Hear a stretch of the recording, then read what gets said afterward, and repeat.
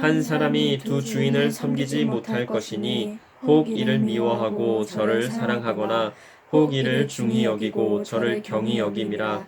너희가 하나님과 재물을 겸하여 섬기지 못하느니라. 아멘. 오늘 말씀의 제목은 나는 어떤 사람입니까? 입니다. 나는 어떤 사람입니까?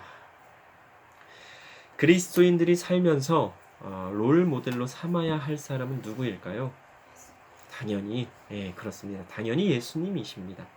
그럼 예수님의 무엇을, 어떠함을 모델로 삼고 닮아야 하는 걸까요? 말씀을 읽으며 또 읽은 말씀을 생각하면서 예수님의 삶을 가만히 그리고 찬찬히 음미를 해보면 예수님께서는 돈이 많아서, 배운 게 많아서, 혹은 힘이 세서, 혹은 권력이 있어서, 혹은 좋은 배경이 있어서, 혹은 따르는 사람들이 그 무리가 수없이 많아서 그렇게 당당하고 담대하게 사셨을까 하는 것입니다. 당연히 아니죠. 예수님은요, 목수의 아들이었습니다. 그리고 마구간에서 태어나셨고요. 또 당시에 아주 손가락질 받고 사람들로부터 수근수근거림을 당할 수 있는 처녀가 잉태한 그 몸에서 태어나신 분이 예수님이십니다.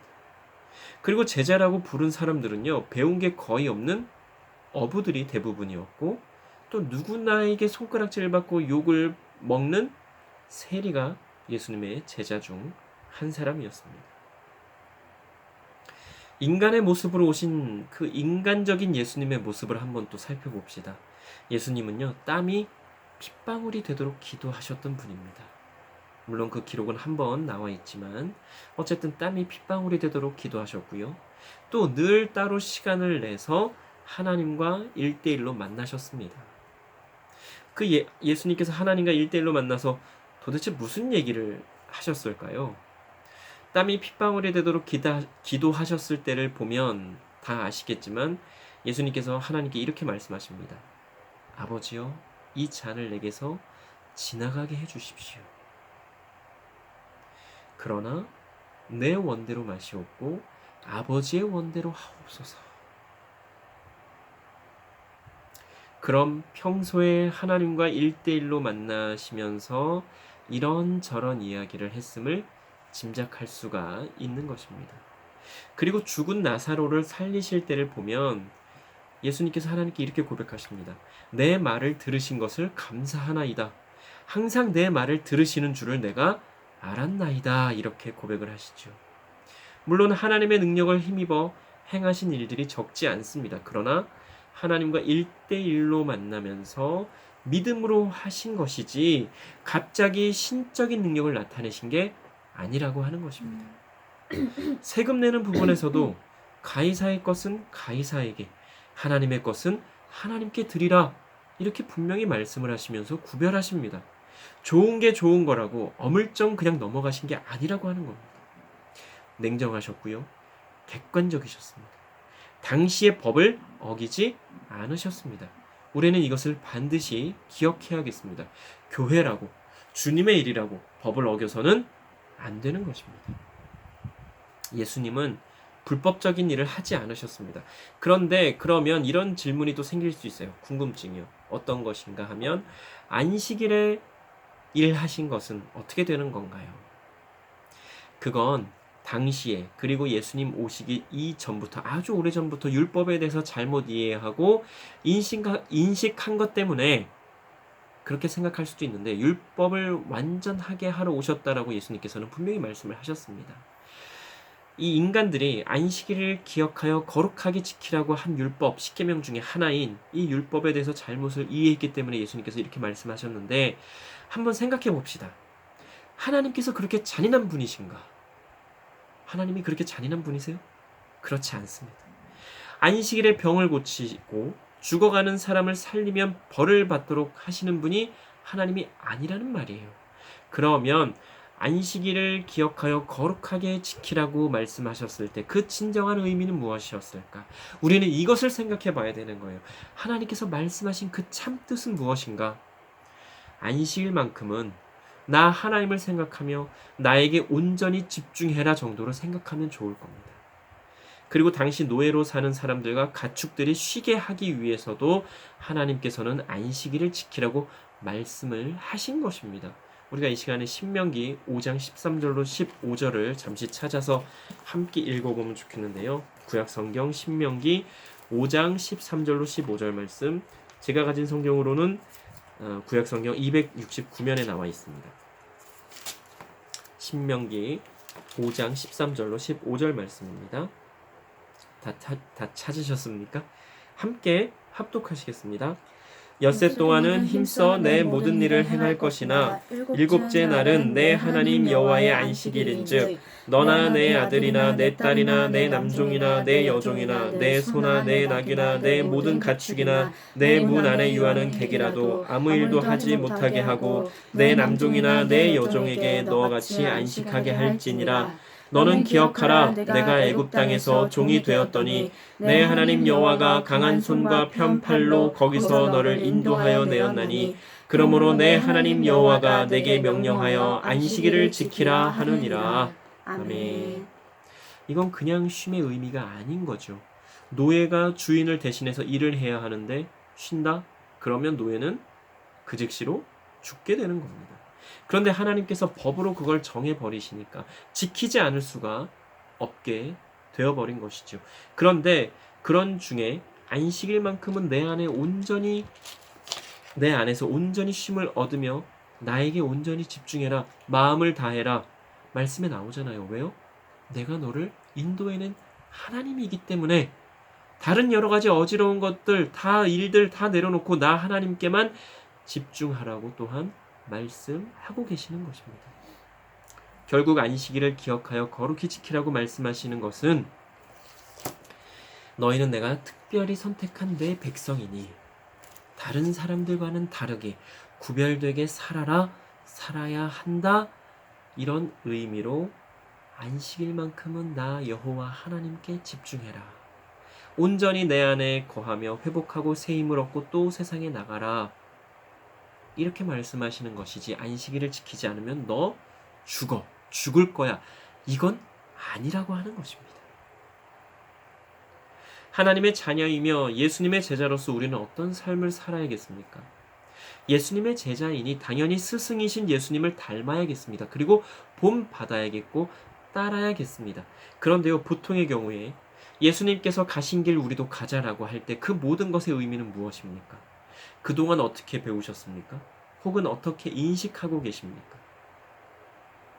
보통은 예수님께서 가신 고난의 길, 고통의 길, 험난한 길, 좁은 길 정도로 생각할 것이고 또 그렇게 얘기할 것이고 그렇게 배웠을 겁니다. 보통은요. 그런데 그것만이 아니라고 하는 거예요. 예수님은 고난만 당하지 않으셨습니다. 물론 마지막에 고난과 핍박과 매맞음과 고통을 당하셨고 그 모든 것들을 이겨내시고 결국은 십자가를 통해서 죄사함과 구원의 임무를 완수하셨습니다. 미션 컴플리트. 그러나 예수님께서 걸으신 그 길은 고난의 길만은 아니었습니다. 고통의 길만도 아니었고요. 매맞음과 비난으로 도배된 좁은 길만도 아니었습니다. 좁은 길이라고 할 때의 그 의미는 그만큼 그 길을 가는 사람들이 적다는 의미로 말씀하신 하나의 비유로 생각을 하면 좋겠고요. 또 물론 실제로 좁은 길일 수도 있습니다. 사람들이 많이 안 다니다 보니까. 그런데요, 말씀에서 보면 예수님은요, 우는 자들과 함께 우셨고요. 웃는 자들과 함께 우셨습니다. 또 아파하는 자들과 함께 하시면서 함께 아파하셨고 그 아픔을 어루만져 주셨고 치유해 주셨습니다. 이게 바로 예수님께서 말씀하신 좁은 길의 의미인 것입니다. 강도를 만나 만신창이가 된 사람을 만난 제사장, 레위인, 사마리아 사람을 예로 드시면서 말씀하실 때 누가 이웃이냐고 물으시면서 뭐라고 말씀하세요? 자비를 베푼 사마리아 사람과 같이 가서 너도 그와 같이 하라고 말씀하셨습니다. 이것이 바로 그 좁은 길의 의미라고 하는 거예요. 그런데 많은 그리스도인들이 그러한 예수님의 생애는 건너뛰고 고난과 고통의 십자가만을 부각시키면서 그리스도인이라면 그런 고통이나 고난은 아무렇지도 않게 받아들이고 아무렇지도 않게 이겨내야 한다라는 말도 안 되는 소리를 합니다. 어떤 목사들은 성도들에게 계속 강요해요. 고난과 고통은 하나님께서 주시는 축복이다. 이겨내야 한다. 그런데 그러면서 자신들은 호의호식한다라고 하는 것이지요. 그게 정말입니까? 하나님께서 정말로 그렇게 고난과 고통만을 주시는 분이십니까? 그럼 평안을 누리고 감사와 기쁨이 넘치는 경우는 어떻게 설명이 되겠습니까? 우리만 봐도 그렇잖아요. 멀쩡해가지고 보통의 교회에서 사역을 하면 여러 가지로 편하고 좋을 텐데 보통의 경우엔 대부분 그렇게 생각을 할 겁니다. 우리와 같은 길을 걷는 분들이 상대적으로 적습니다. 아주 없는 것은 아니에요. 그런데요, 어떻습니까? 주님 주시는 평안과 감사와 기쁨이 있습니다. 왜 그럴까요? 하나님께서 하라고 하시는 그대로 하기 때문에 그렇습니다. 보통의 교회에서 사역할 때도 물론 감사와 기쁨이 있었습니다. 당연해요, 그건. 그런데 마음 한편에서는 늘 고민이 있었고 늘 찔림이 있었습니다. 왜요? 하나님께서 원하시는 대로 하지 않거나 못하는 경우가 있었기 때문에 그렇습니다. 이거 하나님께서 원하시는 게 아닌데. 하나님께서 정말로 원하시는 건 이게 아닌데. 찬송가 중에 오늘 우리가 부른 찬송가 가사 어떻습니까? 부름받아 나선 이 몸 어디든지 가오리다. 괴로우나 즐거우나 주만 따라 가오리니 어느 누가 막으리까? 죽음인들 막으리까? 어느 누가 막으리까? 죽음인들 막으리까? 아골 골짝 빈들에도 복음 들고 가오리다. 소돔 같은 거리에도 사랑 안고 찾아가서 종의 몸에 지닌 것도 아낌없이 드리리다. 종의 몸에 지닌 것도 아낌없이 드리리다. 존귀 영광 모든 권세 주님 홀로 받으소서. 멸시 천대 십자가는 제가 지고 가오리다. 이름 없이 빛도 없이 감사하며 섬기리다. 이름 없이 빛도 없이 감사하며 섬기리다. 이 찬양의 가사처럼 살고 있는 목사나 성도들은 얼마나 될까요? 그런데요, 이러한 가사의 고백처럼 제자들이 사는 것을, 자신의 자녀가 사는 것을 좋아할 스승이나 좋아할 부모가 있을까요? 우리의 스승 되시는 예수님께서, 우리의 아버지 되시는 하나님께서 과연 우리가 이렇게 고통 중에 거하며 신음하며 아파하는 것만을 원하실까요? 아닐 겁니다. 이러한 마음가짐을 가지고 살아라, 사역을 해라 하기를 원하시지, 정말로 이렇게 고통과 고난만 당하는 것을 원하지는 않으실 겁니다. 하나님께서 우리에게 정말로 원하시는 것은 우리가 정말로 하나님의 사람답게 예수 그리스도께서 이 땅에 오셔서 당당하고 멋지고 담대하게 사신 것처럼 우리도 그리스도인으로서 멋지게 살기를 원하실 겁니다. 그 멋짐은 돈의 많고 적음과 상관이 없고요. 명예나 권위나 권력의 크고 작음과도 상관이 없고 흔히 말하는 가방끈의 길고 짧음과도 상관이 없는 것입니다. 그저 하나님의 말씀대로 하나님께서 우리 각자에게 원하시는 대로 사느냐 살지 않느냐 이것으로 판가름이 날 것입니다. 하나님께서 원하시는 멋진 삶을 살고 있습니까? 아니면 돈이나 물질이나 권위나 권력 앞에 비굴하게 무릎 꿇는 삶을 살고 있습니까? 또 제대로 된 바른 복음을 전하며 살고 있습니까? 바른 복음을 전하는 것을 싫어하는 무리들은 예나 지금이나 동일하게 존재하고 있기 때문에 하나님께서 원하시는 대로 살다 보면 핍박이 있을 수 있습니다. 그러나 그러한 이유로 바른 복음을 전하는 것을 두려워하거나 무서워해서는 안 되겠습니다. 그럼에도 우리는 바른 복음을 전해야 하는 것입니다.